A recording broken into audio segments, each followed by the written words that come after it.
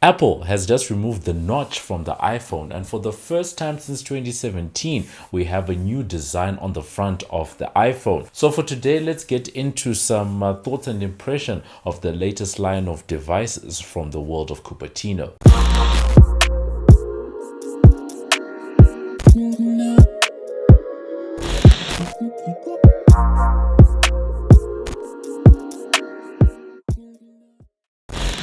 Hey, what up? It's your boy MobbJustice back again with another video, and for today we're taking a look at Apple's latest set of products. They had an event over in Cupertino, that is the September 17 event, where they released a new set of iPhones.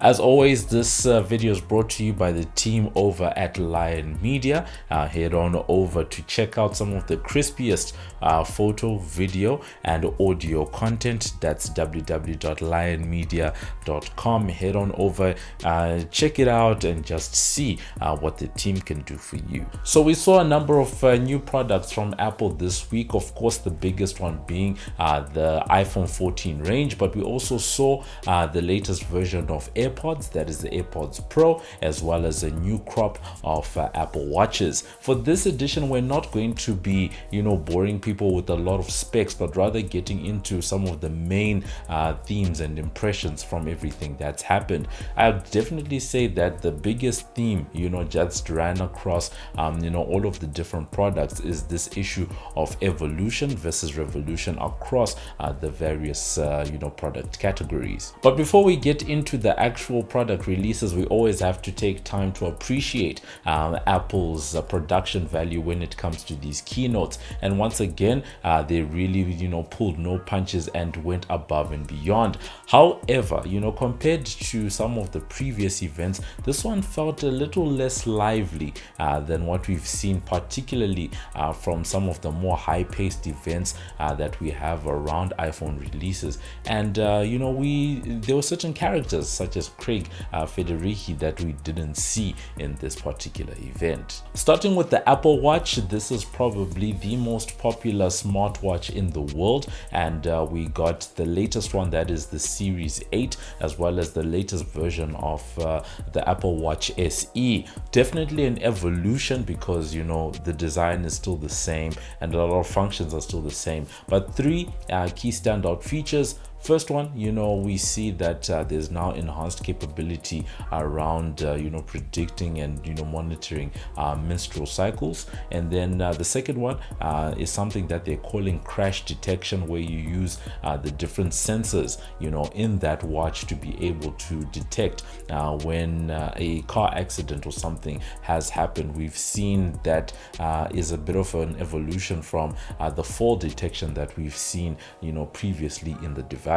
And then we also saw a low power mode that will allow for 36 hours of battery life on the device, which is quite impressive. On the side of the Apple Watch, the revolution comes in what is being called the Apple Watch Ultra. This is a new design that is targeted towards people that are more outdoorsy, looking for utility and something that's a little bit more rugged. It features a new design that has a flat top, and it looks like it's a little bit thicker, and also at the same time it introduces a new button that's called the action button, and definitely a step up from the evolutionary changes that we've seen from the first generation up to the Series 7. The new watch features a 36-hour battery, which can be extended up to 60 hours using some of those low power features. And also at the same time, there is a new type of dark mode that's being implemented using red text, so that it can be seen easier in the dark, and it also features some enhanced GPS capabilities.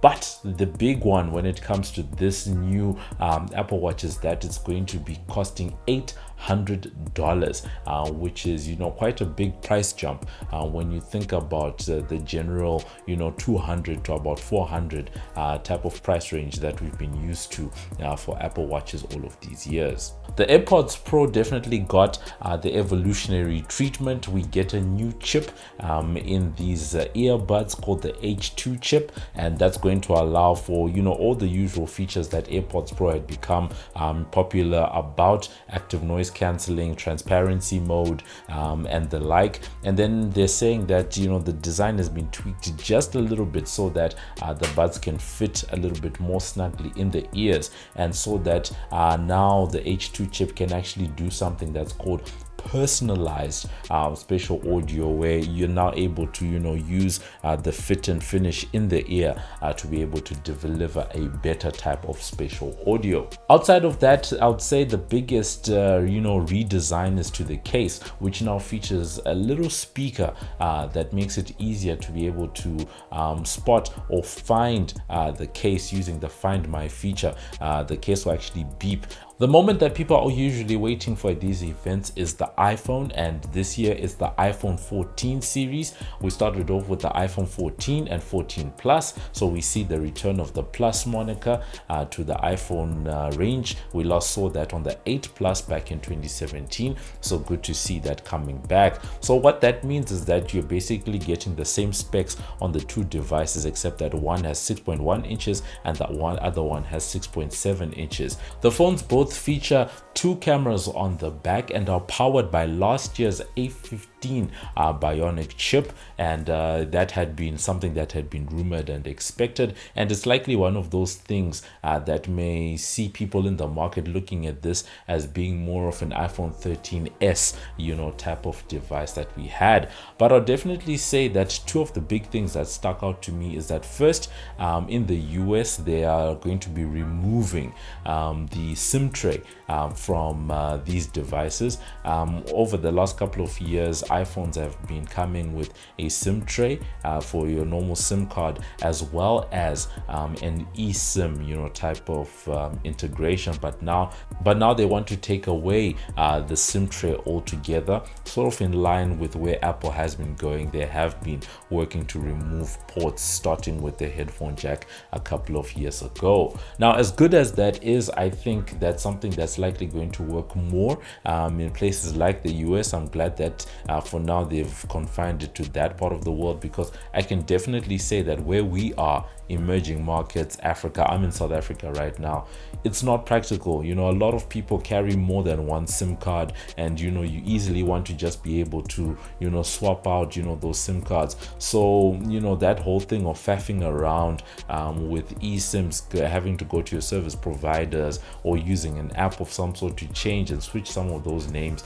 and, you know, travel on the continent, I'm not too sure that this implementation is yet ready for emerging markets. Great that it's happening over there, but for now, we just urge, you know, the likes of Apple to keep those physical SIM trays. The other thing is that the iPhone 14 actually starts at the same price as last year's iPhone 13 because of all the inflation that's going on in the world, as well as supply chain disruption. There had been a chance that we may see some of those you know, price increments as we saw on the MacBook Air line. Perhaps the biggest revolution of the day, you know, came in the form of the iPhone 14 Pro and iPhone 14 Pro Max, and this is the first time that we're seeing a fundamental design change to the front of the iPhone. The iPhone has had the same design on the front from the iPhone 10, 10s, 10s Max, the 10R, the 11 Pro.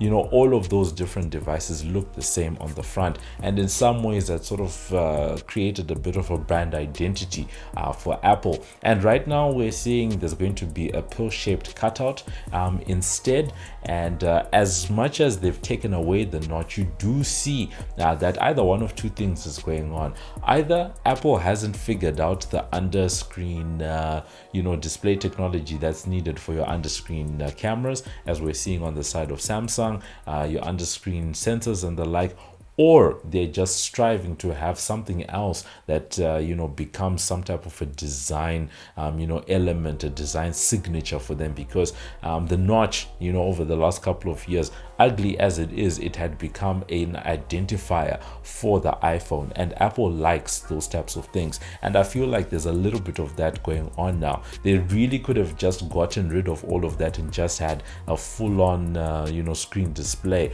but one feels like they've taken this as an opportunity to create some new design element that becomes immediately identifiable as the iPhone. And when it comes to that new identifiable area, they're calling it the dynamic island, and I really have to wonder who is making these names up.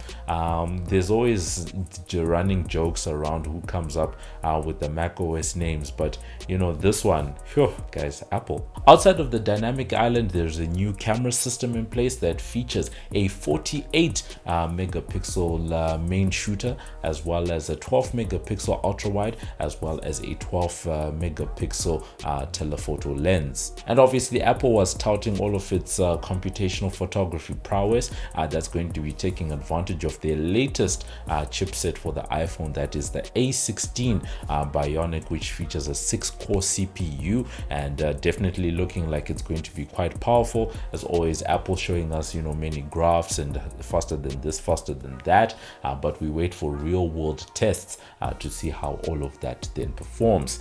And then outside of that, we also saw an always on display.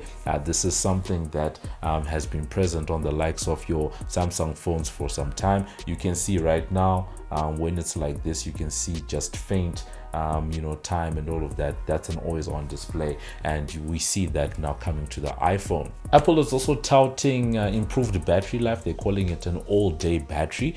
We wait to see what that actually means, and the same crash detection that we spoke about on the side of the Apple Watch is coming through to the full iPhone 14 range. Coming back to the camera side of things, on the video, they showed off quite an impressive demo of a stabilization feature that offers gimbal-like results that they're calling action mode, and really keen to see how that one works out in real life. There's always been stabilization that they've been playing around, especially in the newer generations of iPhone, so really keen to see in the real world how that stacks up. One of the things that we've spoken about quite a bit on this platform is Apple's services strategy, the fact that people aren't buying as many devices, particularly iPhones, as they were back in the day. So Apple is moving towards having more of the subscription types of services as a way to continue getting that recurring revenue from people. And two things stood out to me throughout the keynote. The first one was the fact that on the Apple Watch side of things, they're now bundling that with an Apple Fitness subscription, 3 months for free, and likely you are able to then convert more people if you at least get them to try something, and then after that allow them to pay. And then the second one is something that's interesting on the iPhone 14 range, and that is satellite calling. There had been rumors that we might see satellite connectivity coming to the iPhone 14 range, and indeed that is coming through, but it's more on an emergency basis where you can make emergency calls. You're in an area where there isn't mobile connectivity and you do need to get in touch with the emergency services. They're providing that. But what was interesting is that they said that they're providing that 3 months for free. This is a new feature that they've just introduced, but immediately they're telling people that it's only free to use for 3 months, which means automatically they're turning this into a subscription service of some sort, and then it's probably laying the groundwork for some of that broader satellite connectivity that we're likely going to see in the future. So definitely a great set of devices coming through from Apple this week. Otherwise, I'm definitely keen to get my hands on the latest iPhone 14 range, particularly the Pros, because of that fundamental design change. People that know me know that I've been a loyalist to the iPhone 6 range for a long time, mainly because it has a headphone jack, but rumors are that support on the iOS side is going to stop, so definitely considering finally coming to terms with some type of an upgrade. So definitely keen to get my hands on some of these devices, go in the stores at least, try them out, and definitely all of the different features that we've spoken about today are all being powered by the latest iOS, that will be iOS 16, and that definitely promises a great new experience. So that's been it for this video. You guys can let me know what you think. Are you upgrading to this phone? Is this one that you're going to be skipping over the iPhone 14 range? And if you're going to be getting into the market, which iPhone are you interested in? Are you going to be getting into any of the other devices that we spoke about, some of those AirPods or the Apple Watches? Are you enticed by that new Apple Watch Ultra? You guys can let us know in the comments, and I'll catch you guys in the next video. This is Muffs Too Much, and you're watching MobbJustice TV. Like us on Facebook, follow us on Instagram, follow us on Twitter. We're there on YouTube. Thank you for watching our video. Subscribe.